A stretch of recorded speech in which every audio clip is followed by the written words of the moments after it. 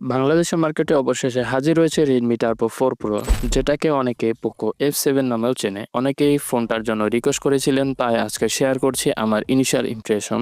প্রথমে বলি, ফোনটা হাতে নিলে সবচেয়ে বেশি যে দিকটা চোখে পড়ে সেটা হলো এর ওজন। এটার ওজন প্রায় 222 গ্রামের মতো। ফোনটিতে ইউজ করা হয়েছে অ্যালুমিনিয়াম অ্যালয় ফ্রেম আর গ্লাস ব্যাক, যা একটা প্রিমিয়াম ফিল দেয়। ডিসপ্লে কথায় যদি আসে, এতে ডিসপ্লে ব্যবহার করা হয়েছে 6.83 ইঞ্চির AMOLED display, 120 hertz refresh rate, HDR10 plus Dolby Vision আর সর্বোচ্চ 3200 নিট ব্রাইটনেস।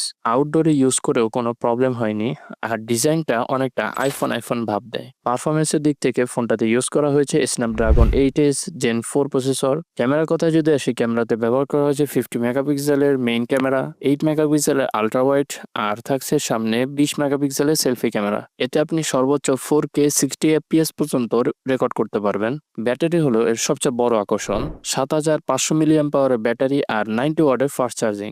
যদি নর্মাল ইউজ করেন তাহলে 2 দিনের মতো ব্যাকআপ পাবেন, আর যদি হেভি ইউজ করেন তাহলে 1 থেকে 1.5 দিনের মতো ব্যাকআপ পেয়ে যাবেন। এখন আসি দামের কথায়। বর্তমানে আনঅফিসিয়ালি পাওয়া যাচ্ছে প্রায় 35,000 টাকায় 12/256 GB ভেরিয়েন্ট, আর 16/512 GB ভেরিয়েন্টের দাম প্রায় 57,000 টাকা। আনঅফিসিয়াল ফোন হওয়ায় দাম ওঠানামা করতে পারে। তো এই ছিল Redmi Turbo 4 Pro এর ইনিশিয়াল ইমপ্রেশন। ফুল রিভিউ আসছে খুব তাড়াতাড়ি, আর কমেন্টে জানান আপনার মতামত।